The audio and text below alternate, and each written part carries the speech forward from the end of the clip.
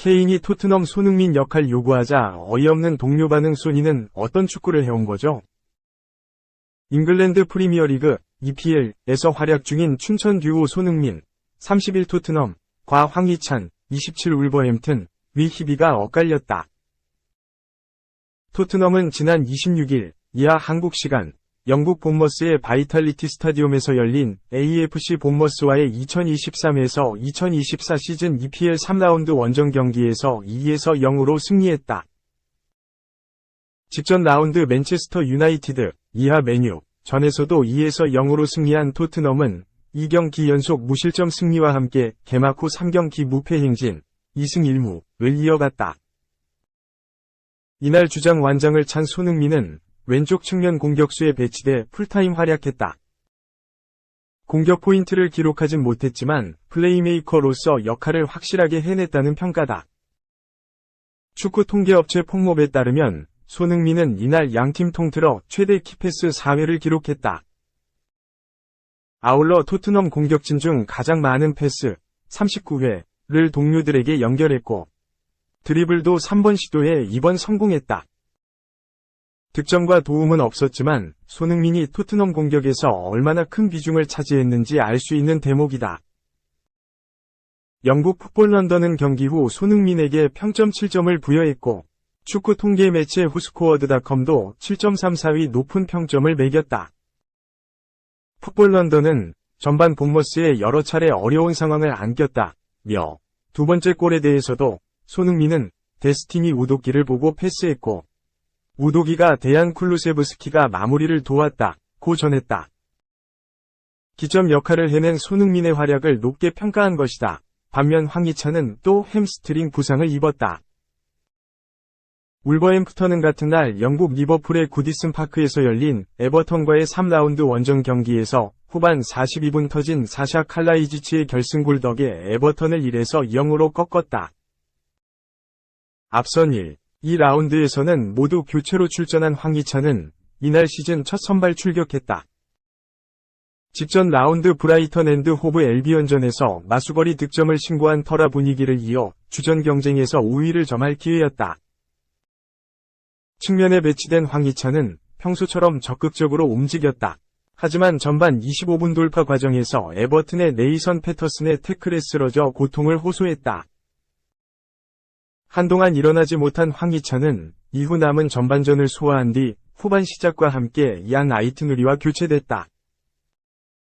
경기 후 울버햄프턴 지역 매체 버밍엄 라이브는 오닐 감독은 황희찬이 에버턴전에서 햄스트링 문제로 제외됐음을 확인했다 라고 보도했다. 아직 구체적인 부상 검진 결과가 나오지 않으면서 황희찬의 부상 정도와 복귀 시점 모두 알려지지 않았다. 다만 매체는 오는 30일 블랙풀 3부 리그 과위 2023-24 시즌 리그컵 2라운드 경기는 물론이고 더 오랜 시간 못 나올 수도 있다고 우려했다.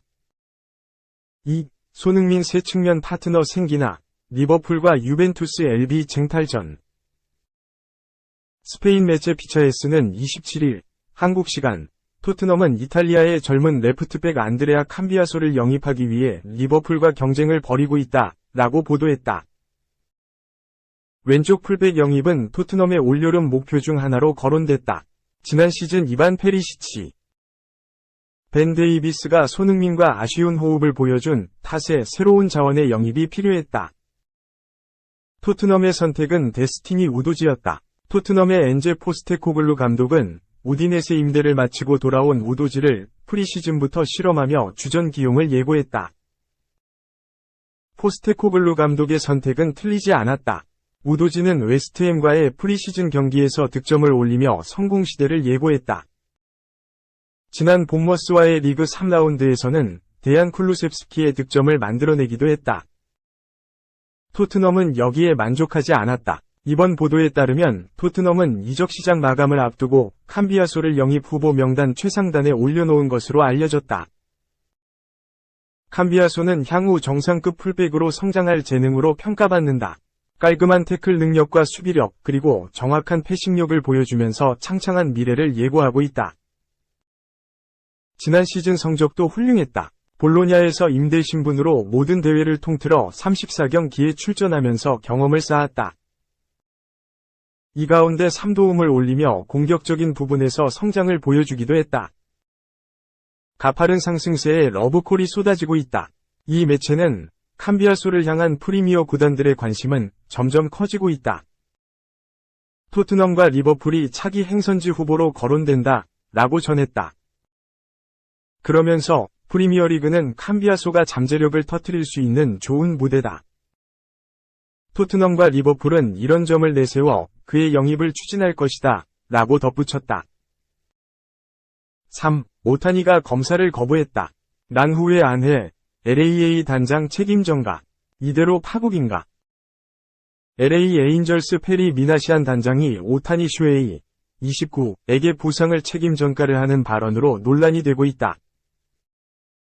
MLB.com은 27일 이하 한국 시간 미나시안 단장이 뉴욕 매치전을 앞두고 취재진을 상대로 오타니가 팔꿈치 내측 측부인대 UCL 부상을 당하기 전 MRI 자기공명 영상 검사를 받지 않은 이유에 대해 해명했다고 전했다. 오타니는 지난 24일 신시내티 레즈와의 더블헤더 1차전 투구 중 오른쪽 팔꿈치 통증을 호소하며 강판됐고 검사 결과 내측 측부인대 파열이 드러났다. 남은 시즌 투수로는 더 이상 공을 던질 수 없게 됐고 2018년 10월에 이어 두 번째 토미존 수술 가능성이 높아졌다. 수술을 하면 재활로 최소 1년은 투수로 나설 수 없다. FA를 앞두고 청천벽력이다. 선수 관리 소홀 지적에 LAA 단장 반박, 오타니와 에인전트가 검사 거부했다. 오타니는 지난 4일 시애틀 메리너스전에서 손가락 경련 증세를 보이며 4이닝 59구에 강판됐다. 이어 10일 샌프란시스코 자이언츠전 이후 피로 증세를 보이며 로테이션을 한 차례 건너뛰었다.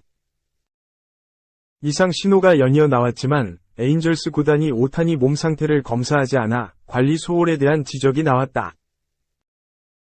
비난의 화살이 쏠리자 미나시안 단장이 해명을 하고자 나섰다. 미나시안 단장에 따르면 에인절스는 4일 시애틀전에서 오타니가 손가락 경련 증세로 일찍 내려가자 팔에 대한 검사를 제안했다.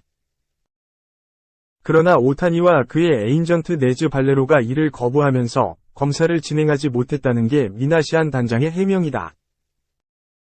미나시안 단장은 검사를 제안했지만 오타니와 그의 에이전트가 거절했다. 그렇게 한 것을 이해한다. 손가락에 경련이 일어났을 뿐이고 검사가 필요하다고 생각하지 않았기 때문에 그럴 수 있는 것이다. 며 MRI를 찍은 것은 부상 이유가 유일했다. 올 초에도 촬영을 제안했으나 오타니와 에이전트가 거부했다고 밝혔다. 필 네빈 에인절스 감독도 나도 선수 때 검사를 받자고 하면 받지 않겠다고 했다. 계속 뛰고 싶었기 때문이다. 며 선수 입장을 헤아렸다. 미나시안 단장은 이번에 손상된 인대 부위가 2018년 첫 수술을 받았을 때와 다르고 증상도 달랐다. 그래서 오타니도 인대에 문제가 있을 것이라는 생각을 하지 않았을 것이다. 고 말했다. 이어 미나시안 단장은 나와 오타니는 3년간 함께했다. 난 우리가 했던 방식으로 오타니가 3시즌 동안 아주 좋은 시즌을 보냈다고 믿는다. 개인적으로 후회는 전혀 없다. 어쩔 수 없이 일어난 불행한 일이다. 선수 본인과 팀. 야구계의 안타까운 일이지만 야구에서 부상은 일어날 수 있는 일이다. 며 피할 수 없는 불운이었다고 강조했다. 미나시안 단장 나름대로 억울한 점을 해명했지만 부상 책임을 오타니에게 전가하는 듯한 뉘앙스를 풍기면서 역풍을 맞고 있다. 오타니 잔류 가능성도 더 낮아졌다. 올 시즌을 끝으로 FA가 되는 오타니가 우승권 팀으로 이적할 것이라는 전망이 지배적인데 이번 일로 에인절스와 관계가 사실상 끝난 것 아니냐는 관측이 나온다. 미국 디애슬레틱은 오타니와 에이전트가 미나시안 단장이 이런 말을 할 줄 몰랐다면 논란이 될 수 있다. 선수 관리에 철저하지 못한 것에 대한 책임을 직접 전가한 것으로 미나시안 단장이 오타니 측과 상의 없이 이런 말을 했다면 매우 놀라운 일이다며 오타니와 재계약을 간절히 원하는 에인절스로선 이 일이 관계에 영향을 미칠 수 있다. 미나시안 단장은 오타니와 그의 에이전트 발레로와 좋은 관계를 유지하고 있다고 말했지만 이 모든 상황은 분명 문제를 일으킬 수 있는 상황으로 커졌다고 이번 발언이 미칠 파장을 지적했다. 한편 오타니의 팔꿈치 인대가 전체 파열인지, 부분 파열인지는 아직 밝혀지지 않았다. 현재 오타니는 팔꿈치 상태에 대한 2차 소견을 받고 있다. 미나시아는 그 과정이 얼마나 오래 걸릴지 모르겠지만 그때까지 오타니는 계속 라인업에 포함될 것이다. 아직은 업데이트된 게 없다. 결정에 오타니의 몫이고 자신이 하고 싶은 대로 결정할 것이다. 적절한 시점에 발표를 할 것이다. 고 밝혔다. 투수로 시즌이 끝났지만 타자 오타니의 폭주는 계속되고 있다. 팔꿈치 부상을 당한 날부터 최근 4경기 모두 안타를 치며 타율 4할 5푼 5리, 11타수 5안타를 기록 중이다. 2루타 3개, 홈런과 3루타 1개로 안타 5개 모두 장타. 27일 매치전에선 도루도 2개나 성공했다. 타자로서 시즌 성적은 128경기 타율 3할 7리, 472타수 145안타, 44홈런 92타점 100득점 19도루 출루율 점사 1위 장타율 점육칠이 OPS 1.083. 아메리칸 리그 홈런, 득점, 3루타, 출루율, 장타율, OPS 1위에 올라있다. 4. 사우디 거부, 유벤투스 감독. 50년 전 중축구는 몇 광년 떨어져 있었지만 이탈리아 최고, 명가, 유벤투스의 마시밀리아노 알레그리 감독이 사우디아라비아에 대한 생각을 밝혔다. 최근 사우디아라비아, 오일머니의 힘이 거세다. 지난해 말 크리스티아누 호날두, 알나스르, 위 이적이 시발점이 됐고 최근 세계적인 슈퍼스타들이 사우디아라비아로 향했다. 레알 마드리드의 전설 카림 벤제마, 알-이티하드, 슈퍼스타 네이마르, 알-힐랄, 리버풀의 캡틴 조던 핸더슨, 알-이티파크 등 유럽을 지배했던 스타들이 사우디아라비아의 유혹을 거부하지 못했다. 사우디아라비아는 유럽에 비할 수 없는 천문학적인 금액을 제시하고 있다.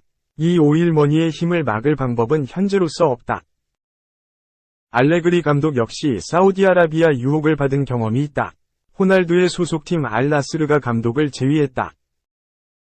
호날두가 유벤투스에서 활약할 때 알레그리 감독과 함께한 바 있다.